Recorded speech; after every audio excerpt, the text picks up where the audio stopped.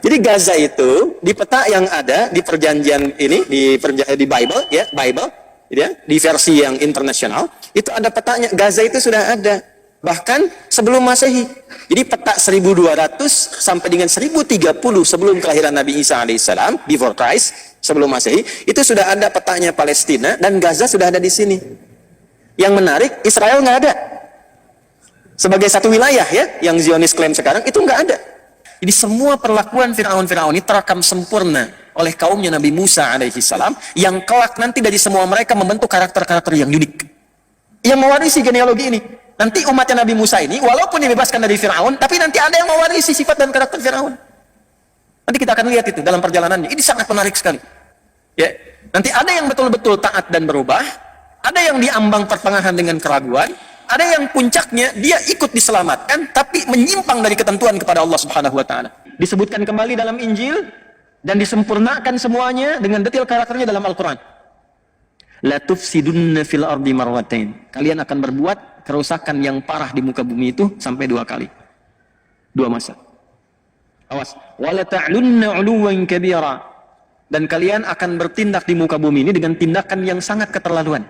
Para ulama mengungkap tentang 2 fase ini. Jadi ada 2 fase pelanggaran mutlak yang akan dilakukan generasi-generasi ini di dalam kehidupan mereka sampai dengan kiamat. Itu 2 pelanggaran mutlak. Merusak itu cuma, kata para ulama, cuma akan terjadi dengan 2 fase. 1, dirinya dulu rusak. Yang kedua, baru merusak keluar. Sampai ke puncaknya Nabi Zakaria dibunuh, Nabi juga Yahya dibunuh, dan Nabi Isa pun dikejar mau dibunuh, mau disalib di akhir itu. Ini kan kelakuannya ini, generasi rusak.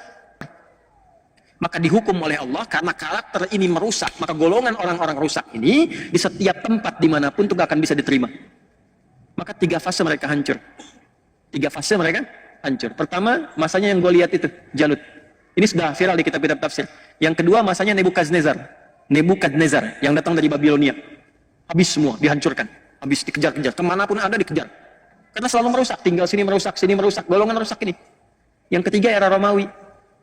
Ya, sesaat kemudian sebelum masuknya khususnya di era-era peninggal Nabi Isa alaihissalam sampai nanti ke era sebelum kelahiran Nabi Muhammad SAW. Tidak ada satupun orang-orang generasi ini, termasuk Yahudi yang lainnya, menetap dimanapun kecuali selalu datang Romawi menghabisi mereka. Dimanapun. Ya, sampai nanti generasinya Turki Utsmani sampai periode yang berikutnya. Itu setiap tinggal, mau wilayah Eropa dimanapun selesai. Inkuisisi. Kalau nggak digantung, disiksa, habis, dikejar kemanapun. Nggak ada yang bisa menetap karena perilaku ini. Bismillahirrahmanirrahim. Assalamualaikum warahmatullahi wabarakatuh. Orang mungkin sekarang mengiranya saya menghafal Quran saja. Alhamdulillah saya juga menghafal Injil, menghafal Bible. Ya, dan saya meriset. Biasanya kalau sudah ada versi baru, saya beli. Jadi saya punya banyak koleksi Bible di rumah. Saya simpan di kantor, di ruang riset sekarang.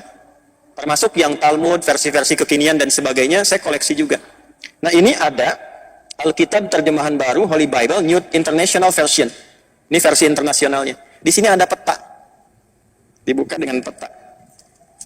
Ini supaya menambah wawasan ya, Bapak Ibu sekalian. Kok bisa katanya kajiannya kajian tausiah, tapi referensinya Bible. Tak apa-apa. Ini ada peta nih. Tuh, dibuka dengan peta. Ini petanya, Division of Canaan 1200 sampai 1030 before Christ, sebelum Masehi. Jadi ini petanya dulu, kanan yang saya tulis ini, ya. Ini tahun 1200 sampai 1030 sebelum Masehi. Kalau sebelum Masehi kan mundur kan? Ya, 1200 sampai 1030 sebelum Masehi. Nah, di sini menariknya Palestina sudah ada, Filistin. Mas, coba bangun sini, Mas. Bangun, Mas. Biar dikira saya ngeduga-duga gitu kan, dibaca. Coba. Ini kacamata saya salah apa enggak? Ini tulisannya apa? Palestina. Ini yang ini. Iya. Betul kan? Burung. Filistin ya? Filistin. Filistin. Baik. Mas, bangun Mas sini. Nah, lihat sini. Nih, ada tulisan apa ini? Mana? Ini. Iya, Filistin. Filistin. Saya mau tanya, Gaza sudah ada belum Gaza nih yang sekarang kami? Ada nggak? Ada di Gaza. Oh, jangan tebak-tebakan Pak. Udah ada. Tuh. Ada nggak? Ada Gaza.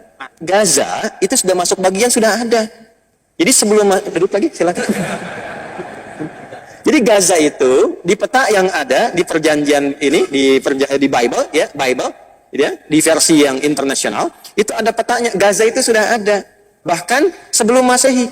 Jadi peta 1200 sampai dengan 1030 sebelum kelahiran Nabi Isa alaihissalam, before Christ, sebelum Masehi, itu sudah ada petanya Palestina dan Gaza sudah ada di sini.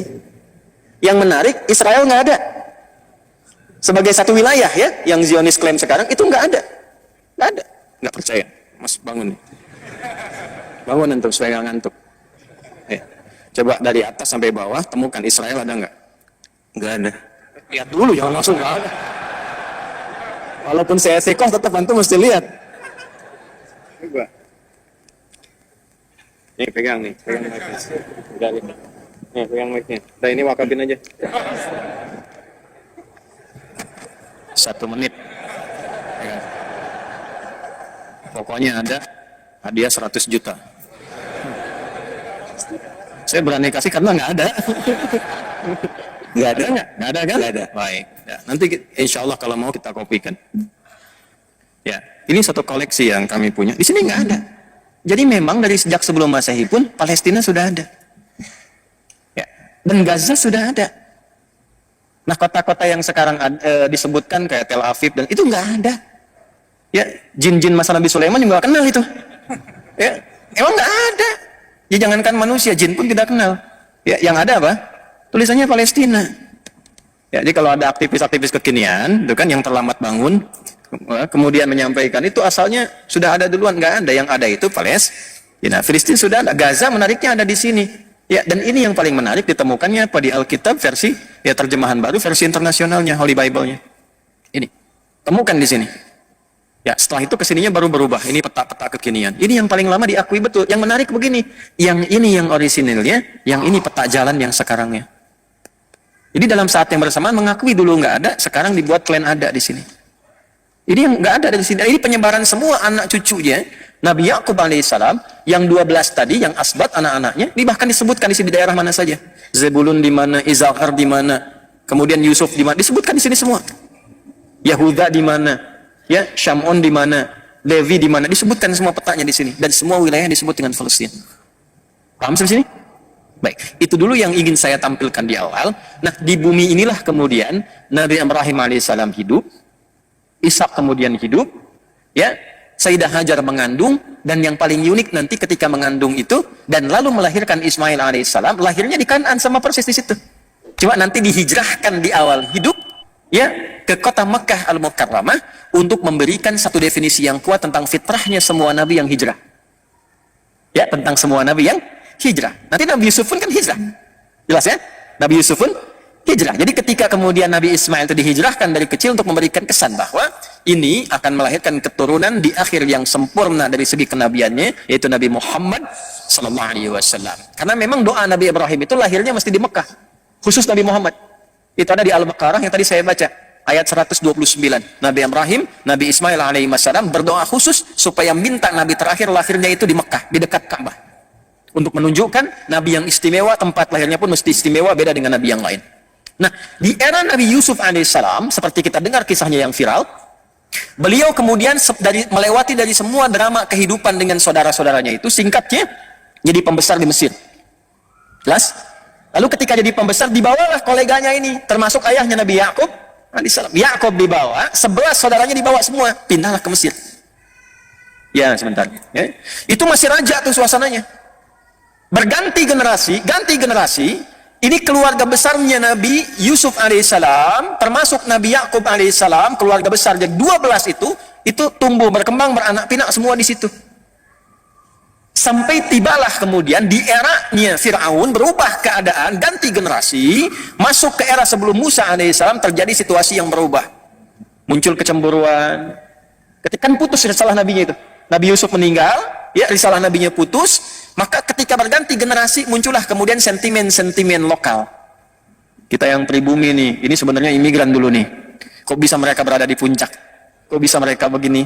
Maka sentimen ini menjadikan kemudian pertikaian-pertikaian sehingga membentuk kasta baru dalam konteks kehidupan. Maka ketika naik Fir'aun, Berubah penamaannya menjadi Fir'aun. Naik ini raja, lalu melihat kemudian, oh ini keturunan ini nggak berhak harusnya punya satu keunggulan-keunggulan atau privilege istilah sekarang, keistimewaan yang ada di tempat kami.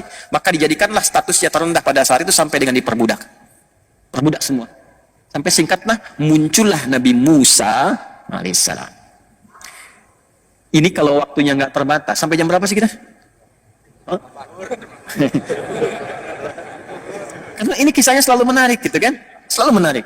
Nanti aja lah yang bulan depan yang di Andur yang saya janjikan. Semua perlakuan Firaun ini terekam sempurna nanti dari masyarakat dari kalangan ini yang kemudian diperbudak. Yang ini akan melahirkan karakter baru. Ya, melahirkan karakter baru. Di semua dari perbudakan, dari mulai maaf sekali. Kalimat ini mungkin saya kadang nggak bisa mengungkapkan kalau terlampau kasar gitu ya. Ya, sampai ke status merasa diri sebagai Tuhan, itu budak paling bawahnya itu dari kalangan ini yang Bani Israel tadi. Jadi semau-maunya kalau bunuh ya bunuh, suruh bangun piramid ini yang bawa batu dan sebagainya, itu yang semua hal yang dilakukan. Sampai pada puncaknya ada ramalan-ramalan dukun yang mengatakan pada masa itu akan lahir nanti seorang bayi yang akan mengguncang kekuasaanmu. Maka keluarlah dekrit dari Firaun pada masa itu, tempeli semua keturunan-keturunan Bani Israel ini. Tempel, yang perempuannya khususnya yang mengandung. Jadi ada dua yang nempel, satu intel, satu algojo. Dan algojonya sudah membawa pisau. Ya, pisau sepisau-pisaunya zaman Firaun ya, bukan kayak pisau dapur sekarang gitu. Ya, perintahnya cuma satu. Kalau lahir laki-laki, langsung banting di hadapan ibu yang telah melahirkannya dan gorok sehabis-habisnya. Jadi menjatuhkan tuh, kalau menyembelih dengan dijatuhkan, istilahnya dzabah. Ya, kalau tidak jatuh itu nahara. Makanya unta pakai nahar. Fasalli li rabbika wanhar. Itu untuk unta. Tapi kalau kayak kambing, sapi, kerbau dan sejenisnya dijatuhkan dulu baru disembelih, itu dzabah. Kalau sekali sembelihan dan halus itu namanya dzabaha yadzbahu dzabhah. Set sekali. Tapi kalau berkali-kali begini itu dzabbaha yudzabbihu. Al-Baqarah ayat ke-49, wa idz najjaynakum min ali fir'auna yasumunakum su'al azab yudzabbihuna, perintahnya jelas, eksekusi langsung, genosida, habisin setiap ada laki-laki, perempuan boleh hidup. Jadi pada masa itu semua itu kekejian, kekejaman dan sebagainya Firaun. Maka Anda sudah paham, kita sudah tahu, di antara sekian bayi itu ada satu yang dilindungi oleh Allah Subhanahu wa taala untuk berkehidupan dan membebaskan keturunan-keturunan beliau itu ke atasnya dari perbudakan Firaun. Itulah yang kita kenal dengan Musa alaihissalam. Siapa namanya? Nabi Musa alaihissalam. Itu keturunan ke atasnya ke Lewi tadi yang saya sebutkan. Dari keturunan Lewi melahirkan Musa alaihissalam. Secara singkat Musa tumbuh dewasa tadinya dalam pemeliharaan istrinya Firaun yaitu Asyah, dan kelak kemudian masuk Islam. Setelah dewasa jadi pemuda, singkatnya jadi nabi dan rasul. Lalu disitulah terjadi pertentangan antara Musa dengan Firaun. Musa diutus oleh Allah sebagai nabi dan rasul untuk membebaskan umat dan kaumnya pada masa itu dari perbudakan.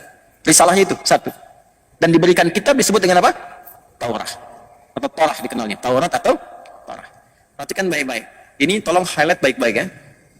Ketika terjadi pertentangan antara Musa dengan Firaun itu, Musa membawa risalah kenabian dan kerasulan, tugasnya langsung dari Allah. Firaun membawa risalah nafsunya sampai mengatakan saya Tuhan yang paling agung. Gak ada Tuhan selain saya. Ana rabbukumul a'la. Secara singkat, perhatikan. Maka dilakukan oleh Firaun semua jenis segala hal yang bisa menjatuhkan Musa. Propaganda. Jadi ilmu propaganda itu sudah ada dalam Al-Quran diabadikan, dan yang pertama kali disebutkan propaganda keburukannya itu Firaun. Dalam media-media Firaun itu sudah disebarkan. Ya, ini sebetulnya perusak aja. Yang punya tempat itu kita, yang punya wilayah itu kita. Ini mau mengeluarkan kita dari sini, ini ingin merusak kita, ingin merubah tatanan kita yang sudah eksis, yang sudah baik dan sebagainya. Kemudian apa yang dilakukan? Ke internalnya disebutkan A, ke eksternalnya disebutkan B. Itu sudah ada.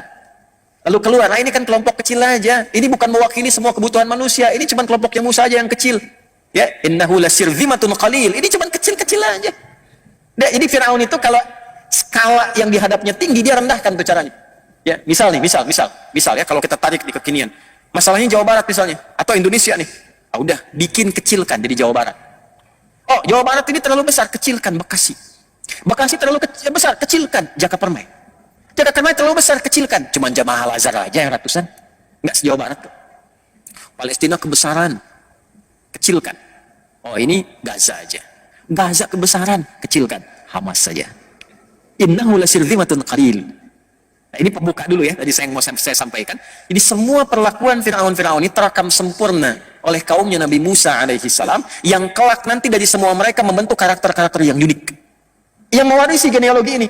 Nanti umatnya Nabi Musa ini, walaupun dibebaskan dari Firaun, tapi nanti ada yang mewarisi sifat dan karakter Firaun. Nanti kita akan lihat itu dalam perjalanannya. Ini sangat menarik sekali.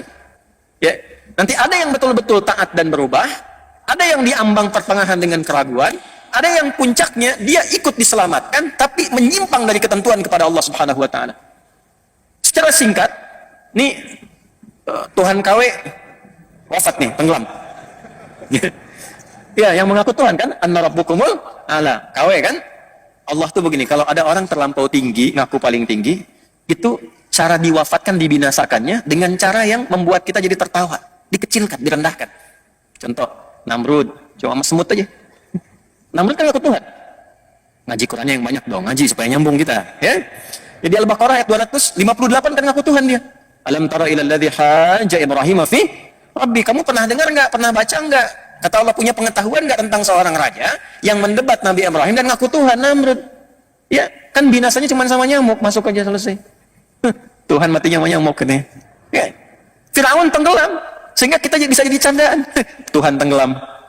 Gitu aja gitu. Jadi biasanya orang-orang yang mengaku tinggi dan biasanya melakukan pertentangan yang zalim, itu Allah cuma kirimkan yang kecil-kecil untuk menghabisi. Kasih penyakit.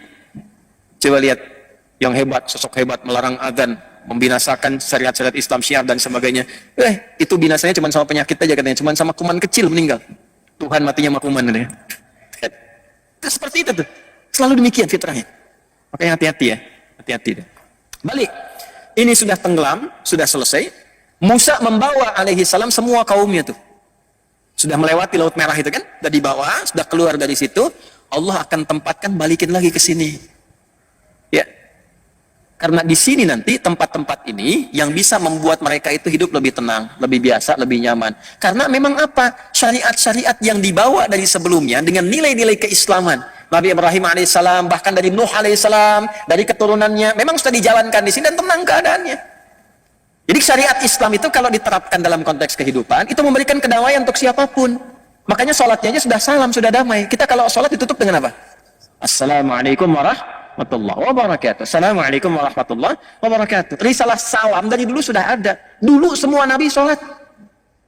Nabi Musa sholat. Quran surah Thaha ayat 20. Innani anallahu la ilaha illa ana fa'budni wa aqimis salata li dzikri.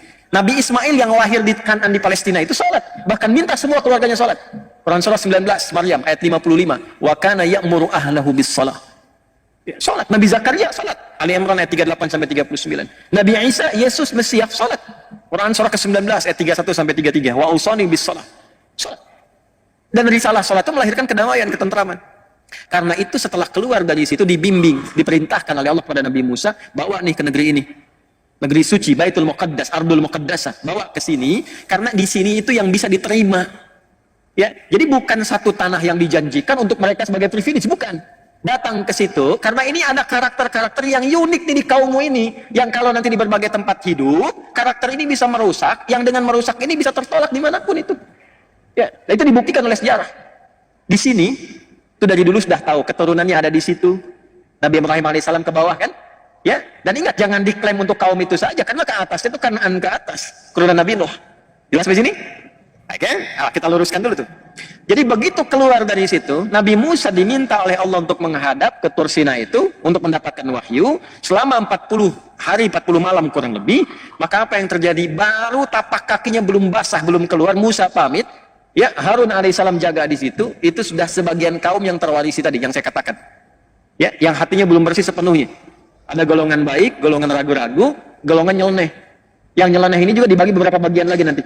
Ada yang fokusnya di bidang, hati-hati ya, di bidang ekonomi. Ada yang fokusnya nanti di bidang militer. Awas, ada fokusnya di bidang spiritual. Dibagi 3 bagian ini. Dan sampai sekarang itu akan ditemukan karakternya. Mirip-mirip begitu, nggak berubah. Ini menunjukkan janji Allah itu nyata. Saya ambil ke bidang yang spiritual dulu. Aduh, bosan nih. Musa belum pulang-pulang. Harun, ada nggak kira-kira versi Tuhan yang nampak di hadapan kita yang bisa kita sembah tuh? Maka kreatiflah Samiri itu, bid'ah pertama yang dilakukan pada masa itu. Bikinlah dari anak sapi lembu itu, ya, yang dihiasi dengan emas, kemudian ya macam-macam kita sudah tahu kisahnya, selesai sampai situ menyimpang. Nah, ketika menyimpang ini nggak bisa dikendalikan oleh Harun alaihissalam. Karena karakter Yahudi itu kalau sudah begitu kekeh itu dilakukan. Ini udah merasa benar sendiri. Harun diancam. Kalau kamu mencoba menghentikan, eksekusi, bunuh. Dan ini sudah terbawa nanti ke faksi genealogi militernya. Ya, maksudnya militer di sini keras untuk membunuh, itu nggak ada. Kalau sudah apalagi bukan dari klannya, itu nggak dihitung. Nggak dihitung. Dan ini yang saya katakan tadi terwarisi oleh sifat-sifat Fir'aun, keganasannya. Fir'aun tuh nggak ngitung, kalau bukan dari kami nggak dihitung. Itu dibawa, tertanam betul itu dalam benak dari golongan ini, dari klan yang sebagian pemikiran tadi. Jadi kalau antum lihat sekarang rumah sakit, apakah gereja atau masjid dibom dan sebagainya, itu nggak ada hitungan bagi mereka. Yang penting bukan dari genealogi mereka, bukan dari silsilah keturunannya, bukan warganya. Kalau bukan warga kami nggak apa-apa, nggak dihitung. Ya, coba manusianya aja sekarang kok pada diam gitu. Ya, balik. Supaya kita masih punya waktu nih. Jadi dalam kondisi itu ada penyimpangan. Nah, menyimpang ini penyimpangan yang paling pokok karena asalnya spiritual. Fondasi hidup kita itu spiritual di sini. Dan dibebaskannya mereka dari Fir'aun karena kekuatan spiritual Rasul yang turun, Nabi Rasul. Penyimpangan pertamanya itu dihabisin lagi, setelah sukses dengan itu dihabiskan semua perjuangan Musa dengan penyimpangan itu. Makanya saking kesalnya Musa ketika pulang mendapati demikian, ya saudaranya dulu yang ditarik jenggotnya itu. Kamu kok nggak bisa jaga ya Musa sebentar, jangan nanti jadi fitnah. Ya kita berkelahi, mereka malah kemudian mengklaim itu sebagai sesuatu kebenaran bagi mereka, sehingga menyimpang dari kita, ya kan? Maka apa yang terjadi dijelaskan begini, marah Musa, dihancurkan kemudian lembunya itu, Samirinya dihukum. Nah, disinilah kemudian diabadikan di Quran surah ke-7 Al-A'raf di ayat yang kita mulai dari 155 tuh. Ya. Sudah? Dan Musa memilih dan Musa memilih 70 orang, ya sabi'ina rajulan limiqatina, 70 orang dari kaumnya untuk bertobat kepada kami. Nah, di sini kita akan masuk kepada kata Yahudi. Lihat baik-baik. Begitu menyimpang, Musa merasakan, ya Allah ini saya baru terima wahyu, kok umat saya jadi begini. Maka saking dalamnya penyesalan Musa kepada Allah, maka dipilih siapa yang masih bersih ini, yang nggak kontaminasi, yang tidak ikut-ikutan kepada ya, kreativitas bid'ahnya Samiri. Maka dipilih 70 orang. Nah, di halaman yang ke-169 paling bawah, ayat 155 ada. Baik. Dipilih 70 orang. Lalu limiqatina, untuk datang kepada kami, kata Allah. Maksud datang itu dia menghadap untuk taubat. Dibimbing oleh Musa taubat kepada Allah. Di antara kalimat taubatnya diabadikan di Al-A'raf ayat 156 yang tadi pindah ke halaman 70 ke atas. Inna hudna ilaika. Ya Allah, kami taubat lagi untuk kembali kepadamu. Jadi ketika salah mendapatkan pedoman namanya hudan, pedoman itu diambil untuk kembali kepada Allah, itu bahasa Arabnya disebut dengan hudna. Ini, yang ini hudna, mendapatkan hudan, petunjuk untuk balik lagi kembali kepada Allah. Hudna. Orang-orang yang ini ikrarnya, hudna, kami kembali lagi ya Allah untuk menaatimu, maafkan kami, ampuni kami ya Allah, kami berjanji akan menaatimu, beriman kepadamu, dan seterusnya. Orang-orang yang komitmen dengan ini semuanya disebut hadu namanya. Ini di mana ditemukan kalimat hadu di Quran? Di Quran surah kedua Al-Baqarah ayat 62 paling kiri sebelah atas. Innal ladzina amanu wal ladzina hadu wan nasara was sabiina man amana billahi wal yaumil akhir, dan seterusnya ayat. Hadu ditemukan. Sifat dari ini mewakili karakternya disebut dengan Yahud. Kalau diikutkan ke sini disebut dengan Yahudi. Jadi Yahudi itu kalau kita temukan itu bukan nama orang. Jelas? Juga kalau mengacu pada pendapat pertama, kita bisa konfirmasikan bukan menunjuk pada silsilah keturunan dari Yahuda, bukan. Tapi Yahudi itu memberikan kesan awalnya ditemukan kata ini pada perjalanan umatnya Nabi Musa alaihissalam, yang mereka kemudian menyimpang karena provokasi dan bid'ahnya Samiri itu tadi. Lantas kemudian dipilih oleh Nabi Musa alaihissalam orang-orang yang tidak terkontaminasi untuk tobat kepada Allah, meminta petunjuk untuk mendekat, komitmen pada wahyu. Maka disebutlah dengan ikrar mereka, hudna, kami ya Allah balik lagi. Jelas? Sifat karakter itu supaya dibawa, diingat-ingat, jangan salah lagi kayak gitu, jangan salah lagi kayak gitu, maka disebut Yahud. Yang ikut itu disebut dengan Yahudi. Di asal Yahudi ini, asal Yahudi adalah orang yang ingin kembali pada jalan yang baik, pada jalan yang benar. Paham nggak sampai sini? Baik. Tapi apa yang terjadi? Setelah peristiwa ini, sudah Allah terima taubatnya, tapi yang salah tetap salah. Yang salah dihukum, yang benar kemudian diberikan masa tenggang untuk berkehidupan terus sesuai dengan ajalnya. Jadi yang ini sudah selesai dihukum, ini jalan. Tapi ya itu tadi yang nggak hilang dalam karakternya, tetap dalam perjalanan pun sifat ngiyalnya masih ada. Dibimbing ya Musa, bawa mereka, udah, ya, ilal ardil muqaddasah, ke tempat bumi yang suci, yaitu ada Masjidil Aqsanya di situ. Bawa ke situ. Saat dibawa itulah teman-teman sekalian, sudah tinggal masuk. Jaraknya sudah dekat, tinggal masuk. Disampaikan. Bagaimana kita masuk, sementara di tempat itu sekarang sudah beraneka ragam sukunya. Udah banyak yang kuat-kuat, bahkan ada suku hebat dipimpin oleh Jalut yang kita sebut dengan Goliat itu. Wah Musa, kami nggak mau masuk lah. Di sana kami takut katanya kan. Nah, ini saya konfirmasikan. Penindasan yang berlangsung selama era Fir'aun itu membentuk karakter Yahudi ini, kalau disebut Yahudi, atau kalaupun dilekatkan kepada kata Bani Israel, sebetulnya membentuk karakter sifat takut yang sangat dalam. Jadi Yahudi itu sebenarnya penakut. Penakut. Saya konfirmasi ya, Yahudi itu sebetulnya penakut.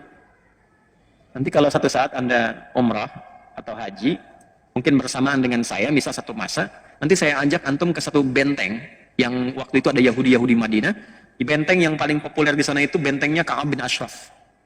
Jadi dari dulu, untuk menutupi ketakutan itu, mereka selalu membuat benteng-benteng besar sebagai perimeter. Supaya diisolasi di dalamnya. Nah itu diabadikan di surat Al-Hasyr. Makanya kalau sekarang, antum lihat di wilayah Palestina yang diklaim itu, ya, antum temukan benteng-benteng besar sebagai penutup, itu sebetulnya bukan menunjukkan ketinggian teknologi, kehebatan, bukan. Untuk mengonfirmasi sifat takut mereka. Itu sudah ada konfirmasinya. Ya. Nanti kalau mau lebih dalam lagi, kita bahas tuh, sampai ke kondisi-kondisi terkini. Banyak pelajaran yang bisa dibahas. Tapi saya mau konfirmasikan, sampai saking sifat takut ini mengakumulasi, maka lahir sifat pengecut. Kata Musa diperintah, kita cuma diminta masuk, mereka nggak ganggu. Begitu masuk, sudah kita selamat. Ya, sudah. Innakum ghalibun. Udah, kamu ini yang jadi pemenang, nanti masuk pemenang. Maksud menang itu, udah selamat, hidup tenang di sana. Nggak akan diganggu oleh Jalut. Apa jawabannya? Musa, Idzab anta wa rabbuka faqatila innaha huna qa'idun. Musa, gini aja. Kamu masuk duluan sama Tuhan kamu situ. Ntar kalau menang lawan Jalut, kabarin kami di sini, kami ikut katanya. Kami nonton dulu di sini. Coba Anda bayangkan tuh. Udah ditampakkan di hadapan mata mereka, Fir'aun yang lebih tinggi dibandingkan dengan Jalut itu, ditenggelamkan di Laut Merah, cuma dipukul tongkat kayu, bem, kebuka itu lautan, melan mereka semua di hadapan matanya. Tinggal masuk, keluar kalimat Musa, ente aja deh sama Tuhan ente masuk situ, bukan? Ya, kalimat Qurannya begitu. Idzab anta wa rabbuka, Tuhanmu. Jadi Tuhannya itu Allah, Yahweh, Allah, itu belum masuk ke hati mereka. Belum masuk itu. Ternyata ada sebagian karakter yang melekat. Kamu aja Musa yang pergi dengan Tuhanmu itu. Kalau menang kasih tahu di sini, kami duduk-duduk dulu. Kalau menang kasih tahu baru kita masuk katanya. Hukuman turun dari Allah. Apa di antara hukumannya? Nah, maka ini di Al-Maidah nanti diabadikan. Ya kalau kita masuk dari ayat ke 19 ke 20-an terus sampai dengan di ayat 23 sampai 25 kita akan temukan apa yang tadi saya bahas. Ya ini gambaran besarnya karena waktu kita sangat terbatas. Disinilah inti yang mau saya bahas nih di titik ini. Sampai kondisi sekarang. Maka oleh Allah kemudian subhanahu wa ta'ala diberikan hukuman arba'ina sanatan yatihuna fil ard. Awas, 40. Selama 40 tahun itu mereka harus berkelana di muka bumi. Ya, ini 40 tahun di sini ada yang mengartikan masa, ada generasi dan sebagainya. Nanti kemudian siapa yang masih ingat yang menemani Nabi Musa untuk bertemu Khidir itu? Kan ada seorang pemuda. Yusha bin Nun. Yusha bin Nun. Nah nanti Yusha bin Nun inilah yang memimpin nanti ya asistennya Nabi Musa saat bertemu dengan Khidir. Antum ngaji Al-Kahf tapi nggak hafal kisahnya. Ya, kan ditemani oleh seorang asisten itu kan saat mencari Khidir.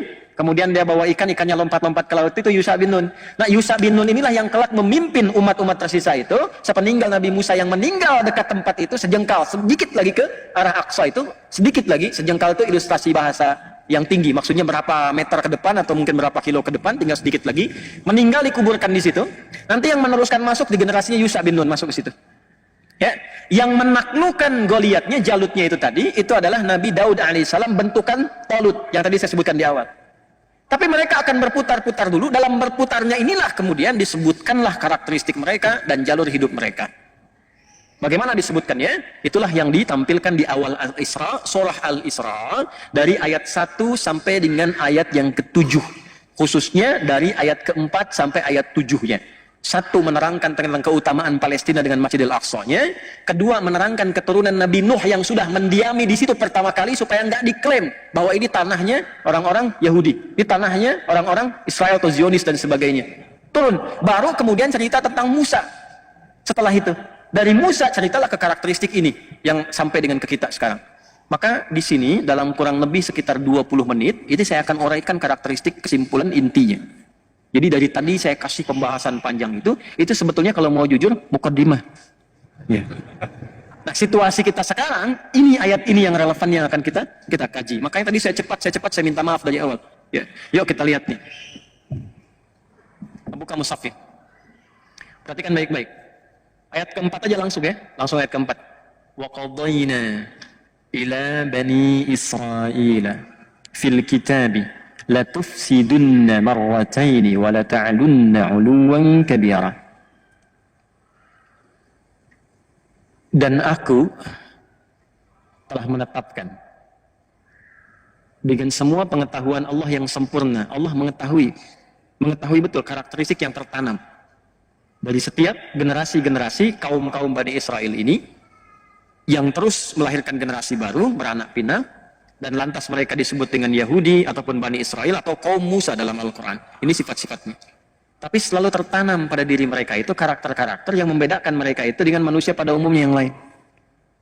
Tadi, maaf sekali, karakter-karakter nyeleneh. Ya, sampai tadi mengatakan Musa, engkau aja yang pergi ya dengan Tuhanmu, kami duduk di situ, nyeleneh yang keterlaluan. Ya, angkuh dari tertindas menjadi penindas. Dan dia, siapapun yang menghalangi itu terobos. Ya. Nanti di bidang-bidang terkait dengan ekonomi, semua pelanggaran dilakukan yang penting untung. Itu ada jalurnya, nanti kita bisa sebutkan satu-satu. Dan dikonfirmasi oleh sejarah. Bukan hanya dalam Al-Quran, tapi pembuktian sejarah dan di buku-buku yang dicetak sampai dengan kekinian. Ya. Teruskan. Wa qadayna, karena sifat-sifat ini yang melekat pada mereka, aku tetapkan, kata Allah. Pakai qadha tuh. Dan pakai na untuk menunjukkan keagungan Allah, demi keagunganku. Maksudnya apa? Kalau sudah pakai na, artinya penting. Al-Quran turun itu pakai na. Inna anzalnahu fi. Itu Allah menyampaikan dengan mengangkat keagungan zatnya. Untuk memberikan kesan pada kita semua yang membaca Al-Quran, khususnya umat Nabi Muhammad SAW, tolong fokus ini penting. Karena bagaimanapun Anda akan bersinggungan dengan mereka. Wa qadayna ila bani Israel, aku tetapkan kepada generasi-generasi yang mengaku keturunan-keturunan dengan nama-nama Bani Israel ini. Fil kitabi, bahkan dalam kitab mereka di Taurat sudah disebutkan. Nanti disebutkan kembali dalam Injil dan disempurnakan semuanya dengan detail karakternya dalam Al-Quran. La tufsidunna fil ardi marwatain, kalian akan berbuat kerusakan yang parah di muka bumi itu sampai 2 kali. 2 masa. Awas, wala ta'lunna 'uluwan kabira, dan kalian akan bertindak di muka bumi ini dengan tindakan yang sangat keterlaluan. Ya, jadi di atas togo, jadi ada togo, ada ulu. Kalau togo itu bersikap kriminal kepada manusia dan pencipta. Di atas itu ulu. Jadi sudah bukan kriminal lagi. Ya, sudah berani mengungkap, menantang Tuhan. Ada nabi yang berkelahi dengan Tuhan, nabinya menang katanya, udah ada begitu tuh. Ya, sudah uluwan kabira, itu fil ard, 2 kali yang dilakukan. Nah, para ulama mengungkap tentang 2 fase ini. Jadi ada 2 fase pelanggaran mutlak yang akan dilakukan generasi-generasi ini di dalam kehidupan mereka sampai dengan kiamat. Itu 2 pelanggaran mutlak. La tufsidunna, pakai la, kemudian nun taukid di akhirnya untuk menegaskan ini benar-benar akan terjadi. Ya, fil ardi marrataini, levelnya itu level dunia, level global, bukan lokal. Saya ulangi, levelnya level dunia, global, bukan lokal lagi. 2 kali. Kapan level yang pertama ini terjadi dalam level dunia ini? Kapan kerusakan pertama terjadi? Wala ta'lunna 'uluwan kabira, dan Anda bersikap sudah melampaui batasan yang tertinggi. Jadi batas tertinggi itu disebut ada tagha. Perilakunya disebut dengan tughyan, orangnya taghi, jamannya tagut. Firaun disebut dengan togo. Firaun, izhab ila fir'auna innahu tagha. Itu Firaun. Ini levelnya di atas Firaun. Sudah uluwan kabira. Ya, uluwan kabira, sifat ulu itu kembalinya kepada Tuhan. Allahu jalla wa ala, sifat ala disebut ulu. Itu sudah melampaui sifat-sifat togo, ya. Ya. Sudah ulu, di atas ini ada ulu. Dan disifati dengan uluwan kabira. Damage-nya tinggi. Nih. Maka para ulama menelusuri sejarah. Dilihat, Anda kalau buka kitab-kitab tafsir yang klasik, dari misalnya tafsir At-Tabari, gitu kan? Sampai dengan kekinian, sampai yang Sya'rawi, ceramah beliau yang kemudian didokumentasikan, dituliskan, atau Tahrir wa Tanwirnya, Muhammad bin Tahir bin Ashur, ya Tahir bin Ashur, itu Anda akan temukan dari yang klasik sampai yang kontemporer. Ternyata, fase-fase ini ditemukan fase kerusakan pertama, satu, afsada yufsidu, tufsid itu dari afsada yufsidu, merusak. Merusak itu cuma, kata para ulama, cuma akan terjadi dengan dua fase. Satu, dirinya dulu rusak, yang kedua, baru merusak keluar. Nggak mungkin orang bisa merusak kalau nggak dimulai dari fase pertama, yaitu rusak dulu dirinya. Jadi ada generasi rusak di sini. Dari sekian umat Nabi Musa yang disebut dengan Bani Israel, yang Hudna tadi, Yahudi itu di antara mereka ada yang rusak. Udah jelas. Ya ada yang baik, ada generasi baik, yang generasi 70 tadi yang dibawa tobat itu. Ya, ada yang di antara mereka memang rusak. Cara berpikirnya udah rusak, dibawa nostalgia ke masa lalu, harus begitu. Mau nggak mau mesti begitu, kalau nggak habisin semua. Rusak itu. Nah, sifat itu yang menjadikan mereka, kalau dengan siapapun termasuk Nabi, nggak sesuai dengan karakter mereka, selesaikan, termasuk bunuh Nabinya. Maka kerusakan pertama yang terjadi dari generasi rusak ini adalah langsung membunuh Nabinya.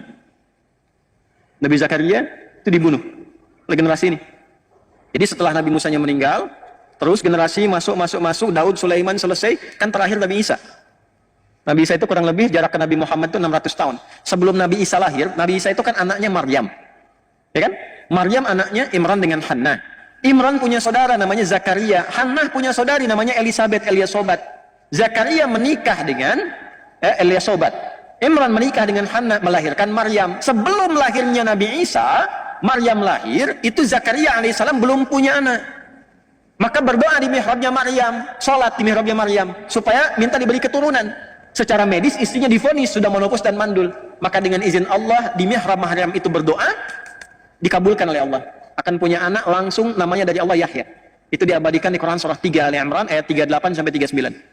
Ya hunalika da'a Zakaria rabbah qala rabbi habli min ladunka dzurriyyatan thayyibah innaka sami'ud du'a. Fanadatul malaikatu wa huwa qa'imun yusalli fil mihrab anna Allah yubashshiruka bi Yahya. Yahya, John.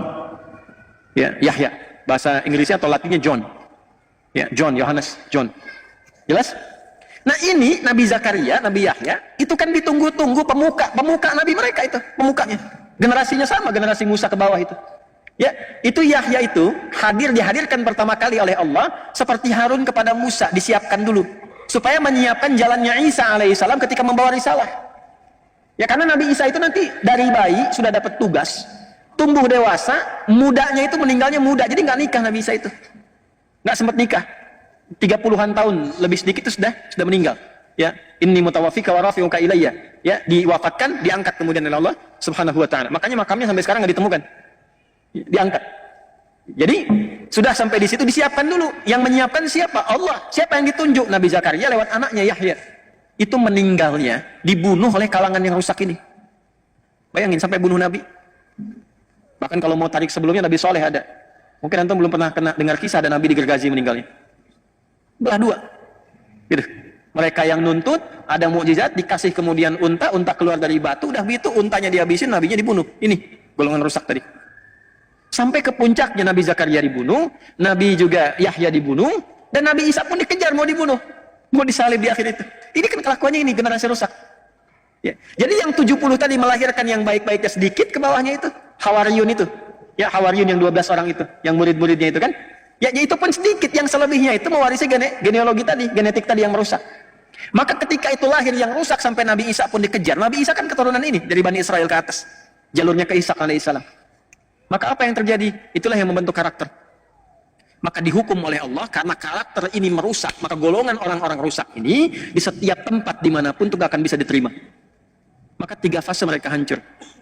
3 fase mereka hancur. Pertama, masanya yang gue lihat itu, Jalut. Ini sudah viral di kitab-kitab tafsir.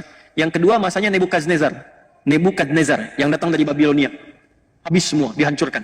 Habis dikejar-kejar. Kemanapun ada dikejar. Karena selalu merusak. Tinggal sini merusak. Golongan rusak ini. Yang ketiga, era Romawi. Ya, sesaat kemudian sebelum masuknya khususnya di era-era peninggal Nabi Isa alaihissalam sampai nanti ke era sebelum kelahiran Nabi Muhammad SAW. Tidak ada satupun orang-orang generasi ini, termasuk Yahudi yang lainnya, menetap dimanapun kecuali selalu datang Romawi menghabisi mereka. Dimanapun. Ya, sampai nanti generasinya ke Turki Utsmani, sampai periode yang berikutnya. Itu setiap tinggal, mau wilayah Eropa dimanapun selesai. Inkuisisi. Kalau nggak digantung, disiksa, habis, dikejar kemanapun. Nggak ada yang bisa menetap karena perilaku ini. Ya. Jadi golongan rusak itu tinggal dimanapun sifatnya merusak. Di kalau dagang pengen yang paling unggul, tapi cara unggulnya itu ini diadu dulu nih. Yang eksis diadu. Supaya hancur, begitu hancur dia masuk. Di setiap tempat, setiap era dengan cara berbeda, tapi polanya sama. Selalu ingin unggul. Dan sifatnya, itu semua sistem dalam berkehidupan disebut milah namanya. Itu prinsip mereka, sepanjang ada sistem berkehidupan di era manapun, kita harus yang paling atas. Apapun caranya. Itu yang diungkap di Al-Baqarah ayat 120. Walan tarda ankal yahudu walan nasara hatta tattabi'a millatahum. Antum bedakan din dengan millah itu beda. Dan lihat ya, jangan salah nih, jangan salah. Kalau Yahudi pakai walan tarda ankal yahud, disebutkan Yahudi. Tapi Nasrani pakai la. Cuman kita bacanya pakai kan alif lamnya syamsiyah tuh. Ya, lamnya masuk ke nun, walan nasara. Padahal itu tulisannya la, wala an nasara. Yahudi lebih dahsyat. Ya. Di ekonomi, di pekerjaan harus selalu di atas kuasai. Bagaimanapun caranya. Habisin dulu, hancurkan dulu, bikin mata uangnya habis, jatuh semua, beli, ini naik ke atas. Yang penting bisa menguasai. Itu caranya. Ya itu kan perilaku ya, perilaku. Nanti caranya menghadapinya bagaimana secara elegan. Ini bukan dorongan untuk membenci, begini, bukan. Ini menampilkan karakter. Ini dimanapun akan begini. Cara menghadapinya bagaimana? Jadi indahnya Islam itu bukan datang dengan kutukan, bukan celaan, bukan cacian, bukan kebencian. Nggak ada uraian kebencian di Quran tuh nggak ada. Quran cuma menampilkan secara faktual begini karakternya. Kalau ente hidup bergaul dengan mereka, yang akan muncul tuh seperti ini. Nanti menghadapinya bagaimana? Itu sisi ekonomi. Ya, secara militer juga begitu nanti. Karena mewarisi generasi yang sebelumnya itu, karakteristiknya yang sangat kasar, pengen sesuatu segera dilakukan, Nabi aja dibunuh, apalagi yang bukan Nabi. Nabi aja nggak ada harganya. Kalau rumah sakit dibom, dunia mengutuk, ngutuk aja, ngutuk begini. Besoknya ambulan dibom lagi. Ini nggak pengaruh. Lihat wawancara terakhir itu. Ya, bagi kami nggak ada harganya. Kolateral itu dibandingkan dengan nyawa ini kami, katanya warga kami. Jadi generasinya dijaga, yang penting yang lain nggak ada nilainya. Nilainya. Antum nggak ada nilainya tuh. Saya nggak ada nilainya. Dia dapat yang ada nilai itu yang ini aja. Nah, itu generasi rusak. Generasi rusak. Nah, nanti 3 kali itu di fase terakhir, fase Romawi. Maka di mana-mana itu kemudian habis. Baca Qurannya lagi. Ya.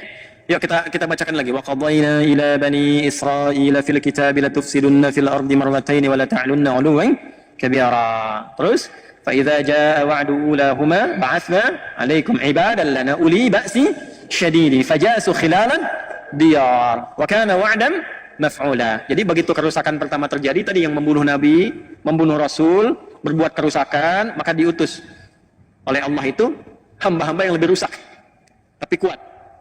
Ya, yang dimaksud di situ bukan yang Muslim, bukan. Ya, yang memang udah sama-sama keras dengan mereka, tapi sudah menghabisi mereka. Puncaknya di Romawi tadi. Jadi dari yang pertama tadi Goliat, Jalut, kemudian ada Nebukadnezar. Ya, setelah itu kemudian di fase akhirnya Romawi. Makanya di negeri-negeri Eropa itu wajar kalau mereka terusir semua. Di Eropa terusir, baca sejarah deh. Di Jerman terusir, Austria terusir, di Eropa semua terusir. Jadi nggak ada yang pengen sebetulnya ada di situ tuh. Nggak ada yang pengen. Ya makanya mereka cari tempat aja, yang penting jangan di sini. Jangan di sini. Karena tahu kalau ada di situ rusak tuh negerinya. Ekonomi nggak stabil karena udah dikuasai klan ini aja. Walaupun cuma ada 5 ini yang megang. 5 yang megang. Yang lain habis semua dibawa. Dan dikendalikan semaunya, rusak akhirnya. Akhirnya apa yang mereka lakukan? Udah keluarin dari sini, keluar. Dari dulu begitu. Diusir, dan seterusnya. Ya. Sampai yang paling menarik apa? Yang menjadikan mereka bisa kembali tenang dan hidup dengan nyaman adalah risalahnya Nabi Muhammad SAW yang mewarisi risalah Nabi Ibrahim alaihissalam ke atas dan menyempurnakannya. Karena ketemu, kenapa tadi saya sebutkan nasab di awal, untuk menunjukkan kalau ini dipraktekkan damai semua. Singkatnya sudah selesai, singkat langsung lompat ke era Nabi Muhammad. Begitu di era Nabi Muhammad ditertibkan semua, diberikan panduan kepada para sahabat, udah. Nih, maaf. Dari klan ini saja yang terusir dari Romawi tadi, kan di Roma tuh diusir tuh. Ya, pendeta-pendeta Yahudi, rahib-rahibnya, itu sudah mengatakan, robi-robinya, udah kita tunggu aja nabi terakhir yang paling hebat, yang membawa kita ke masa keemasan lagi. Namanya Muhammad, lahirnya di Mekah, cuma nanti akan hijrah ke Yathrib. Yathrib itu kota tenang, kota damai, ada kota subur. Cuman kalau di Mekah, dia akan diusir oleh kaumnya, disiksa. Daripada kita ikutan capek, kita nunggu aja di Yathrib. Pasti begitu tuh. Kita nunggu aja di Yathrib. Makanya berangkat mereka nanti, ada beberapa suku besar di antara mereka. Ya, ada Bani Nadir, ada Bani Qainuqa nanti. Ya, ada nanti yang di Khaybar, beberapa dan sebagainya. Kumpul tuh. Ada yang kecil-kecil 12 suku. Kumpul semua di Yathrib. Dan mereka cerdik dan ya saya nggak bisa ungkapan kata nanti nggak bagus deh. Ya. Itu mengambil daerah suburnya di utara. Nanti yang selatannya itu, ya selatannya, yang ninggalin itu yang keturunan Yaman. Tapi mereka bisa bangun dan akan dibalik oleh Allah. Yang sekarang yang utaranya itu justru ya terlihat biasa-biasa saja, banyak peninggalan hancur di situ. Justru selatannya yang sekarang ada Masjid Nabawi, ada Kuba dan sebagainya itu yang diabadikan lestari. Jadi kalau antum main ke Madinah sambil belajar sejarah, antum bisa merasakan ini nikmatnya beriman. Kalau imannya benar tuh dijaga oleh Allah, yang tandus pun bisa makmur. Makanya ngajinya begitu, jangan cuma bolak-balik gitu ya. Tapi nggak dapat apa-apa. Insya Allah sah, secara umrah sah, baik dan sebagainya. Tapi saat pulang tuh nggak ada refleksi. Qurannya cuma tertulis di mushaf nanti. Nggak ada pengalaman dalam keseharian kita. Singkat, ini selesai, perilaku menyimpang juga. Udah datang nabinya ditolak, bahkan mau dibunuh. Hukum mereka kalau nanti melakukan misalnya pemberontakan dalam konteks negara, itu hukumnya diusir, dihukum Yahudi. Nabi datang bikin piagam Madinah. Yang punya keyakinan, itu misalnya Yahudi, Nasrani dan sebagainya, dituliskan dengan hukumnya masing-masing. Orang Islam pakai hukum Islam, orang Yahudi pakai hukum Yahudi. Ketika klan Yahudi di situ memberontak dengan kesepakatan itu, bahkan ingin membunuh Nabi dan ketahuan dari situ, maka diterapkan hukum Yahudi, keluar dari situ, diusir lagi. Jadi yang ngusir itu bukan Islam, bukan Nabi Muhammad, hukum mereka sendiri yang menjadikan mereka keluar. Itu masih kebawa dari perilaku yang lama itu. Terusirlah kemudian Bani Qainuqa, Bani Nadir, Yahudi bersih semua, Madinah dari Yahudi bersih. Diputar balik di sejarah sekarang, orang Islam yang mengeluarkan Yahudi dari Madinah, kebalik. Itu begitu ceramah sejarah yang benar dia bobo tuh. Jadi nggak sempat yang dengar. Di ujungnya aja keluar baru dia bangun lagi. Persis kayak khutbah Jumat ngantuk tuh. Begitu ujungnya baru kedengaran. Ambillah yang bagus, tinggalkan yang jelek, tuh kan? Keluar sendal bagus dipakai itu. Salah kesimpulan. Keluar dari sini kacau lagi, kacau di mana-mana diusir dan sebagainya. Secara singkat saja zamannya Umar dibuka Palestina. Romawi dikalahkan. Masuk pasukan, kunci dipegang, kedamaian terjadi. Kristen bisa tinggal di situ nyaman. Bahkan gereja diabadikan, nggak dirusak, nggak diapa-apain. Saking hebatnya Umar pada masa itu, dengan tawadu datang uskup besarnya, sampai memberikan kunci gerejanya, dan mempersilahkan kalau ingin digunakan untuk ibadah pertama kali. Kata Umar, jangan. Ya, supaya tidak jadi fitnah di masa depan. Yang Kristen silahkan ibadah di tempatnya masing-masing. Kita tidak usah memaksa. Lakum dinukum waliyadin. Anda dilindungi, kita saling melindungi di sini, saling menjaga. Yang Kristen silahkan ibadah. Kalau bertanya tentang Islam dijelaskan. Pengen memeluk Islam silahkan, tapi tidak dipaksa. Walaupun yang pegang kuasa umat Islam. Yahudi boleh tinggal damai, semua damai pada masa itu. Sampai masuk lagi Romawi itu, terjadi perang salib. Dikuasai lagi, keluar lagi semua, habis lagi, terjadi lagi seperti dulu. Ya, udah yang bukan Nasrani keluar semua, keluar. Yang Muslim juga demikian, Yahudi dihabisin karena punya. Ini menarik ini, karena punya nasab. Kan Nabi Isa itu dikultuskan, Yesus itu kan dikultuskan. Nah, yang mau mengeksekusi itu kan kalangan Bani Israel dari Yahudi itu. Makanya sesungguhnya secara sejarah, ya dari kalangan Nasrani ini sebetulnya punya rasa-rasa tidak suka, dendam yang terlampau berkepanjangan. Jadi dimanapun ada Yahudi, itu tertanam dalam fitrahnya yang lama itu, udah keluarin. Ya kalau bisa habisin. Ya. Jadi kalau kita perhatikan dengan jujur, pernah nggak antum mendapatkan referensi sejarah? Ada di satu tempat umat Islam sengaja membantai umat Yahudi, nggak ada. Coba cek dalam sejarah. Irisannya selalu begitu. Makanya agak aneh kalau nempel perjanjian baru dengan perjanjian lama itu agak aneh itu. Kalau nempel ya, ini secara ilmiah ya. Ya, secara ilmiah. Jadi argumentasi ilmiah, bukan dalam narasi lain. Ini kita bahas sejarah. Kalau pengen diskusi silahkan. Ya, maksud saya jangan sampai dipotong-potong besok saya jadi tersangka gitu kan. Tidak, kita dialogkan ya. Balik sini. Jadi sudah selesai, datang periode siapa? Salahuddin Al-Ayyubi dari suku Kurdi. Dibuka lagi,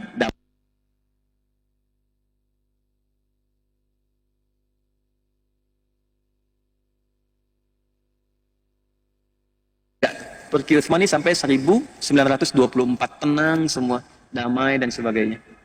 Terjadi ketika mereka kemudian merasa damai, merasa tenang, golongan rusak muncul lagi. Muncul khayalan. Ini ada nostalgia masa lalu nih. Kenapa kita nggak bangun lagi aja Haikal Sulaiman sekalian di situ? Terus akan di situ ada bukit besar tuh, Nabi kita yang raja paling hebat Daud dikubur di situ, di Bukit Zion tuh. Ya, dataran tinggi Golan yang batasan Syria dan sebagainya. Itu Zion di situ. Maka dimunculkanlah gerakan-gerakan untuk mengembalikan itu dari semua bagian-bagian wilayah Yahudi yang akan di muka bumi. Ya. Maka apa yang mereka susun dan sebagainya, teman-teman, Bapak Ibu sekalian, gimana caranya supaya kita bisa hidupkan lagi Haikal Sulaiman, bawa lagi ke situ, itu berdasarkan hayalan saja. Yang tadinya udah damai, udah tenang. Sifat rusak muncul lagi, dikumpulkan semua akhirnya muncul. Jadi yang disebut mereka mencoba untuk bawa lobby namanya. Ya, di lobby. Maka muncul lobby Yahudi namanya dalam sedunia. Di lobby semua yang sedunia itu, gimana kalau kita bangun gerakan untuk balikan lagi ke situ, munculkan lagi.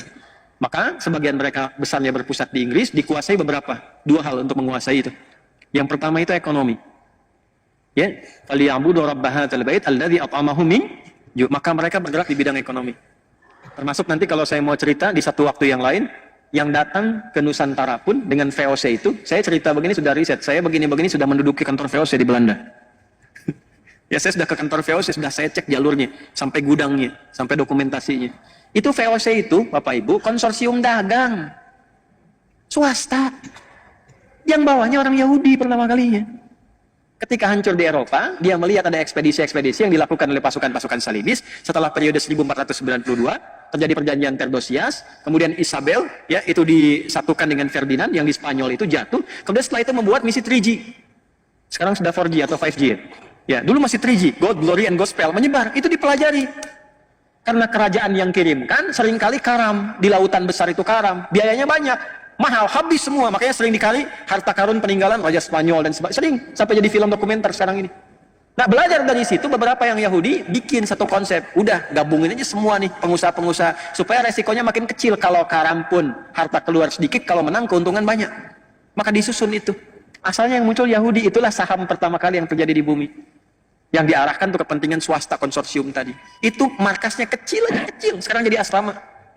Jadi sedikit begini, di Delft namanya, Delft, ya. Ada bulatan masuk lorong sebelah kiri kecil aja, mungkin jaraknya tuh 10 meteran lah ke atas gitu. Itu kantor VOC yang ngambilin rempah-rempah dan semuanya kita itu. Ya, cuman gudangnya sebesar Masjid Al-Azhar depannya. Terus dibikin kanalnya itu nyambung ke 13 provinsi di Belanda, nyambung ke Samudra Hindia, nyambung sampai ke kita. Jadi kalau ngambil rempah-rempah dari sini, lewat jalur laut, itu langsung tembus ke gudang. Masih ada gudangnya sampai sekarang. Jadi restoran sekarang ini. Saya baru dari sana beberapa waktu yang lalu. Dan yang paling menarik itu pajaknya dipakai untuk membangun Belanda. Jadi Belanda itu dibangun dari pajaknya VOC. Jadi Belanda tuh. Sampai ke New York nanti. New York itu asalnya mau dibangun New Netherlands. New York itu kita punya saham rempah dari sini ke New York itu. Makanya harusnya masuknya tanpa visa tuh ke sini. Sahamnya dari sini, baca sejarah lagi, baca sejarah. Itu bangun, bayangkan betapa kayanya negeri ini.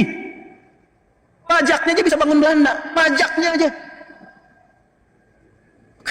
Yang sehat, yang baik-baik gitu. Ini makmur, ini anugerah atas berkat rahmat Allah yang Maha Kuasa. Indonesia itu kaya. Ya, cuman orang-orangnya juga mesti berpikir mendekati Allah supaya baik. Yang kita perlukan orang baik. Kalau cuman pintar nggak baik, kekayaannya nggak berguna, habis. Ya balik lagi, dari situ, itu Anda bisa bayangkan ekonomi dikuasai di masa-masa itu. Jadi yang pertama dikuasai ekonominya dulu supaya megang dunia. Karena kalau ekonomi dikuasai, gampang, militer dikendalikan. Pemerintahan dikendalikan, karena gampang, bayar, selesai. Itu ilmu dipakai dari Korun. Rusaknya dari situ. Karena Firaun dibiayainya oleh Korun. Nanti muncul panglimanya, namanya Haman. Makanya sering diungkap di Quran, kisah Korun, kisah Firaun. Zamannya kan sama. Panglimanya Haman, intelektualnya juga ada, dan penasihat spiritual yang kebelingernya pun ada, Balaam namanya, komplit lah di situ. Ya, jadi kalau sudah unsur-unsur itu ada dan nggak disebutkan, ya, secara tegas nama detailnya untuk menunjukkan kesan bahwa itu bisa berpotensi terjadi lagi di masa depan. Yang membawa itu genealogi ini, manusia-manusia ini, kuasai ini, nanti tinggal gampang. Ya, itu di masa-masa itu sudah terjadi. Kalau ingin menentukan satu pemimpin di mana saja sampai ke level-level daerah. Kalau di kita mungkin wali kota atau bupati, itu sudah nyampe. Udah masuk ke satu tempat disiapkan semuanya. Ini biayanya sekian, ukuran jas kamu, ukuran sepatu kamu, ukuran ini, udah sekian. Jadi, tapi harus ikut begini. Tuh kelakuannya ini. Dari dulu. Itu kalau saya buka sampai referensi sampai ke atasnya, kita bisa turunkan nasabnya sampai ke era Firaun itu. Nah, itu yang terjadi. Maka ini mengonfirmasi, teruskan ayatnya sampai ayat yang ke-6.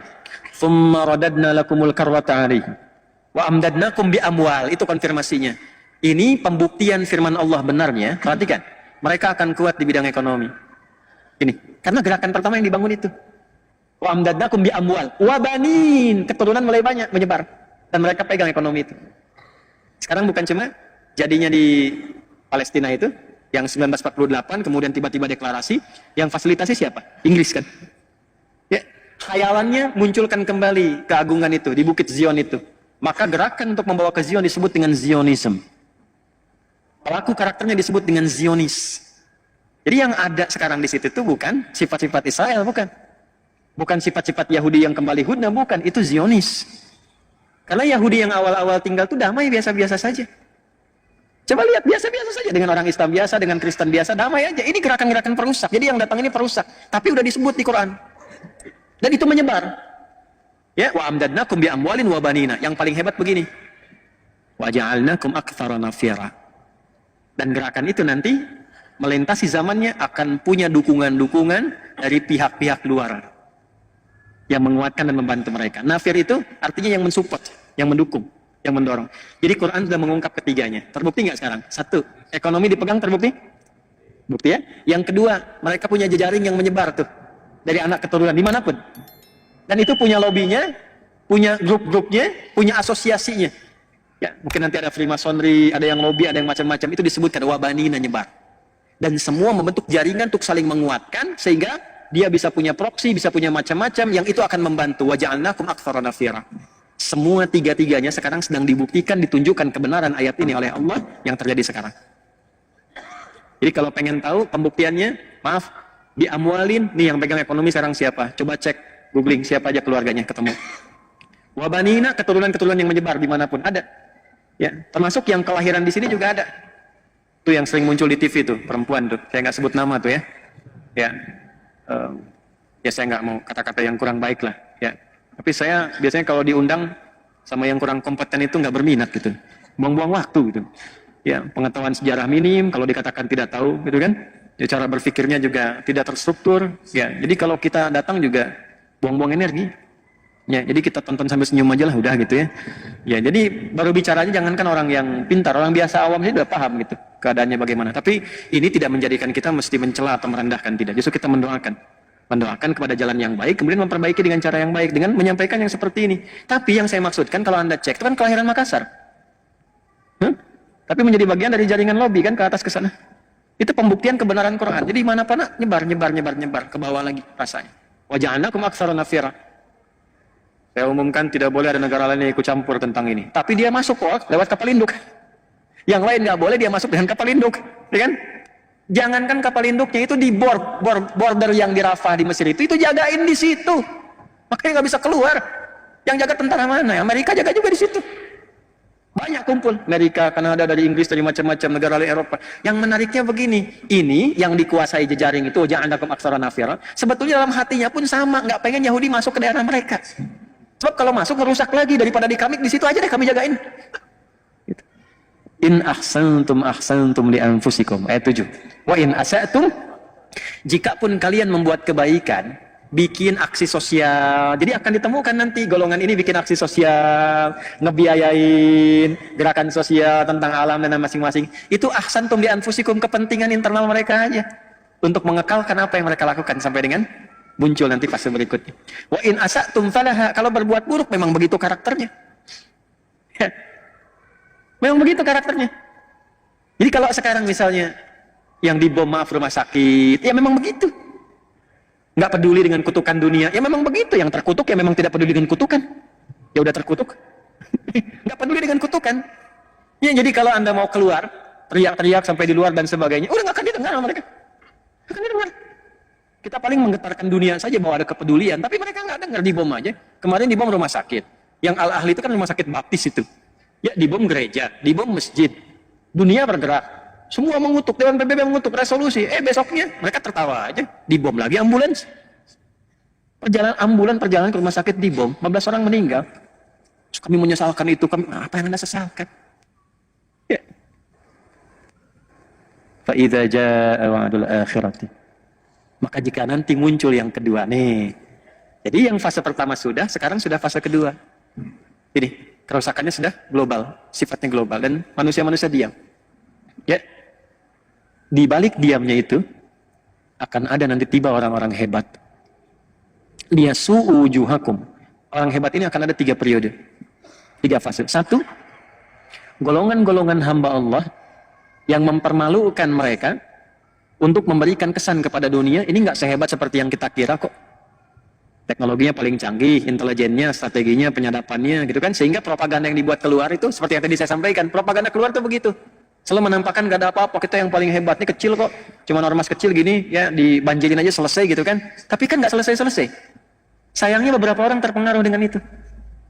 Ya, nggak ngaji. Akan ditemukan, kata Allah, satu golongan hamba akan muncul. Hamba-hamba ini begitu terlatih untuk menunjukkan kepada dunia, mempermalukan wajah mereka di dunia. Oh, ternyata yang selama ini kelihatan seperti hebat, gak hebat-hebat juga. Iron Dome habis juga, kena juga. Ya, biayanya sama biaya yang kecil-kecil. Oh, ternyata yang selama ini strateginya, kemudian intelijennya, kemudian juga ya penyadapannya macam-macam itu begitu canggih. Ya ternyata intercept juga, kena juga.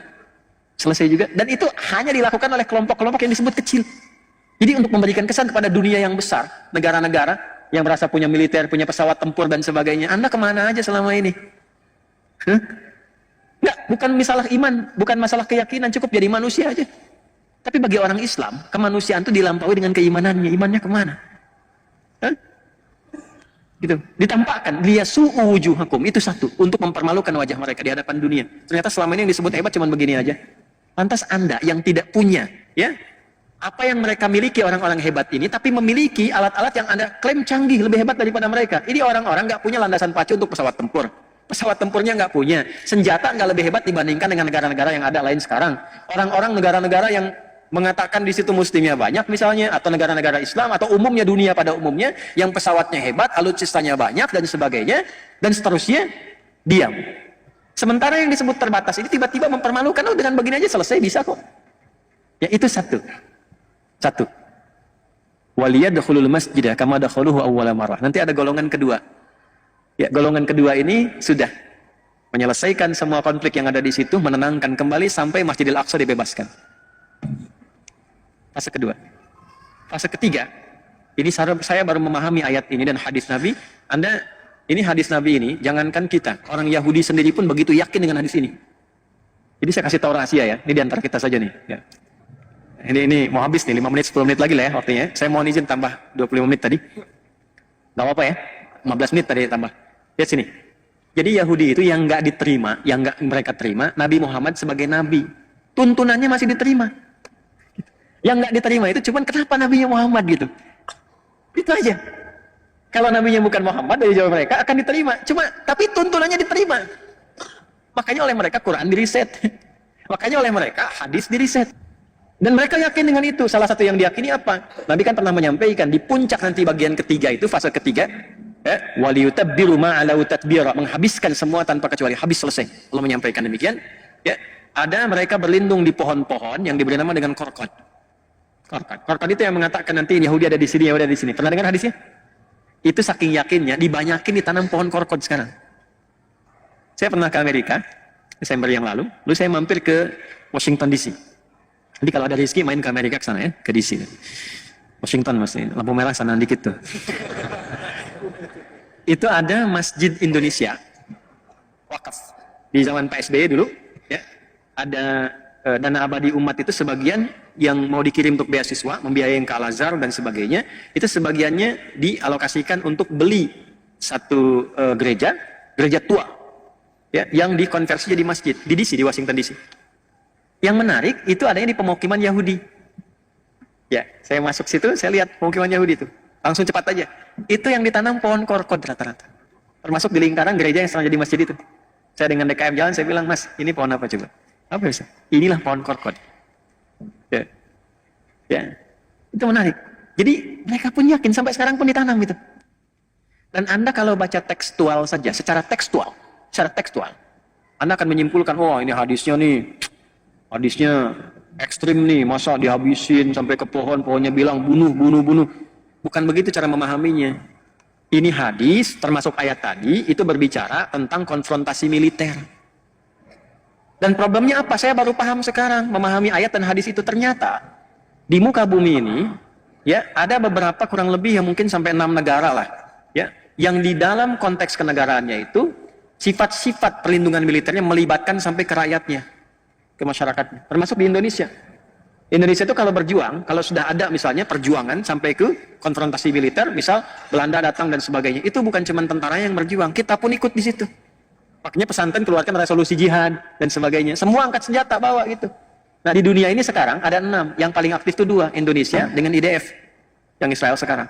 Jadi waktu kejadian kemarin itu pembuktian hadisnya, makanya saya katakan belajar, lihat tuh, lihat. Bukan ingin belajar Hamas, ini bukan. Coba peristiwa itu cek kembali, mengkonfirmasi benar nggak yang di Quran, benar nggak yang di hadis. Itu kan masyarakat dikasih senjata, teman-teman. Masyarakat dikasih senjata, di video banyak di YouTube, cek. Ada masyarakat Palestina konfrontasi dengan masyarakat yang di sana, yang di wilayah Zionis disebut Israel itu. Itu rakyat biasa, masyarakat sipil bawa senjata, ditembak tuh orang Palestinanya, dor, selesai. Yang polisinya diam-diam aja begini, dibiarin kena. Jadi rakyatnya dikasih senjata.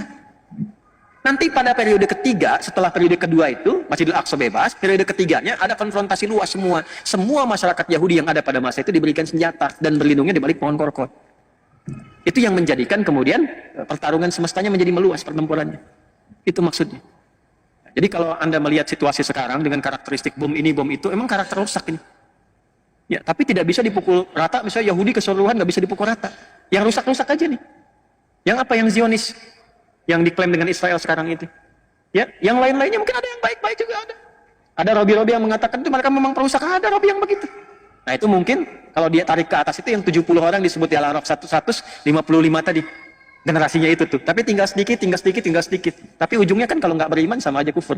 Tapi setidaknya membawa sifat kemanusiaan yang jelas. Tapi pada umumnya yang rusak lebih banyak. Ya, kalau mendiamkan sesuatu yang rusak kan sama rusak juga. Ya kan? Jelas ya? Nah, dan ini tugasnya macam-macam, beda-beda. Ada yang bagian propaganda. Kemarin ada mereka punya lembaga think tank penelitian. Yang terbarunya itu meminta supaya dilemahkan Al-Azhar yang ada di Mesir. Ini karena masjidnya Masjid Al-Azhar. Ya, mereka merekomendasikan 3 hal. 1, ganti Syekh Al-Azhar nih. Karena begitu terjadi di sana mengeluarkan sebuah statement fatwa ya bahwa itu penjajahan, mesti dibantu, mesti dibebaskan. Itu rekomendasi pertamanya ganti. Yang kedua, lemahkan. Ya, dengan cara dananya yang biasanya untuk menguatkan itu dikurangi. Ya, atau tidak diberikan sama sekali. Nah, yang ketiga, ya udah, sampai negaranya nggak usah disupport sama sekali.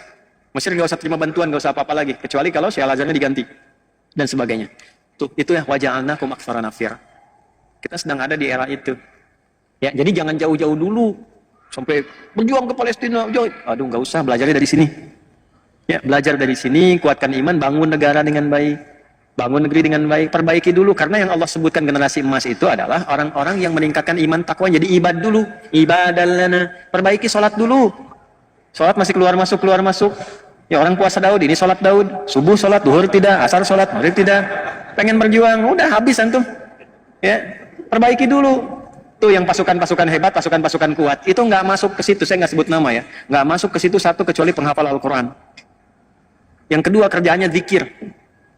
Kan di terowongan itu kitabnya zikir, Quran, babu zikir, Quran, sudah semua. Itu kalau sudah bergerak yang di depannya itu sudah ada di sampingnya mendampingi. Tuh, surga kamu depan. Semangat lagi, udah. Dan kalau sudah masuk, sudah bersiap untuk tidak kembali. Tuh. Gimana menanamkan itu pada diri sendiri itu? Ya, setidaknya untuk digunakan tenaganya membangun bangsa, membangun negara supaya kuat, supaya baik, supaya makmur, supaya benar. Ya, Pancasila diimplementasikan, kan di Pancasila itu mengakomodir nilai-nilai ibadah kita. Diturunkan di Quran di undang-undang ya pasal 29 ayat 2 itu negara menjamin kemerdekaan tiap-tiap duduk untuk memeluk agamanya masing-masing dan beribadah menurut agama dan kepercayaannya itu. Kita semua ibadah. Di sholatnya banyak ini, jangan cuma subuh begini pas kajian ini, duhur penuhin lagi. Kalau bisa subuhnya kayak Jumatan. Ya. Ini DKM juga tidak cukup dengan amin nih, ya. Orientasinya itu bagaimana makmur, bukan cancelengnya banyak. Ya, makmur dulu, canceleng ikutin. Ya, jadi kalau akhirat itu dikejar, dunia ikut. Antum kajian nih, ikut akhirat, sarapan tersedia. Ya. Tapi kalau antum orientasinya dunia, mungkin nggak dapat. Ya. Jadi kita siapin aja dulu untuk sholat baik, baca Quran yang benar, supaya kebaikan itu bisa dirasakan oleh tempat tinggal kita. Bangun negeri dengan baik, dengan nyaman. Kalau sudah kuat, semua segan. Jadi kalau Indonesia bicara itu kayak Rusia, kayak Amerika, kayak Cina bicara, selesai konflik, selesai. Kalau bisa jadi veto, selesai. Nah sekarang kita bicara, itu adalah pembunuhan, itu genosida. Ketawa aja di sana. Demo besok udah selesai, udah itu beres. Tidak. pecah lagi, selesai lagi. Nggak gitu caranya. Ya, jadi semua yang terjadi sekarang ini, saya ingin katakan itu mengonfirmasi apa yang Allah firmankan 15 abad yang lalu. Situasinya demikian. Maka apa yang harus dilakukan, saya tutup, yang harus dilakukan adalah kembali memperbaiki diri kita masing-masing. Sholat dulu. Dulu zaman-zaman dulu, ada orang ingin berjihad. Di era-era ini juga. Pengen ikut tuh konfrontasi militer. Apa jawabannya turun ayat? Wa aqimus shalah wa atuz zakah. Udah, kamu sholat dulu yang benar. Supaya paham tentang keadaan diri, nyambung dengan Allah. Kalau sudah imannya kuat, bisa memahami qada dan qadar, bisa membedakan mana peluru buat Anda, mana peluru yang bukan punya Anda. Karena itu nggak takut di medan perang. Karena kapanpun bisa kembali kepada Allah. Wa atuz zakah, tidak sibuk dengan dunia. Kalau masih sibuk dengan dunia, susah. Mau Jumatan aja datangnya pas khotib naik kedua. Karena takut pelanggan hilang. Jualan masih dilayani. Saya kan sering lewat ke sini. Kadang-kadang Jumat, kadang pengen lihat aja. Ini jamaah imannya udah kuat belum nih? Ya kan? Udah mau dekat-dekat khutbah masih transaksi. Yang jualan bakso, jualan makanan. Khotib udah naik masih ngobrol. Bikin khutbah kedua. Ya, ketiga, keempat. Makanya masjid bikin askar kalau bisa. Al-Azhar, Pak. Saya usulkan keluar. Lihat-lihat, ingat-ingat dapat pahala itu. Berhenti dulu. 1 menit lagi udah mau khutbah. Yuk semua dirapatkan. Di luar kasih tahu. Pahalanya dapat itu. Mungkin ini baru saya sampaikan.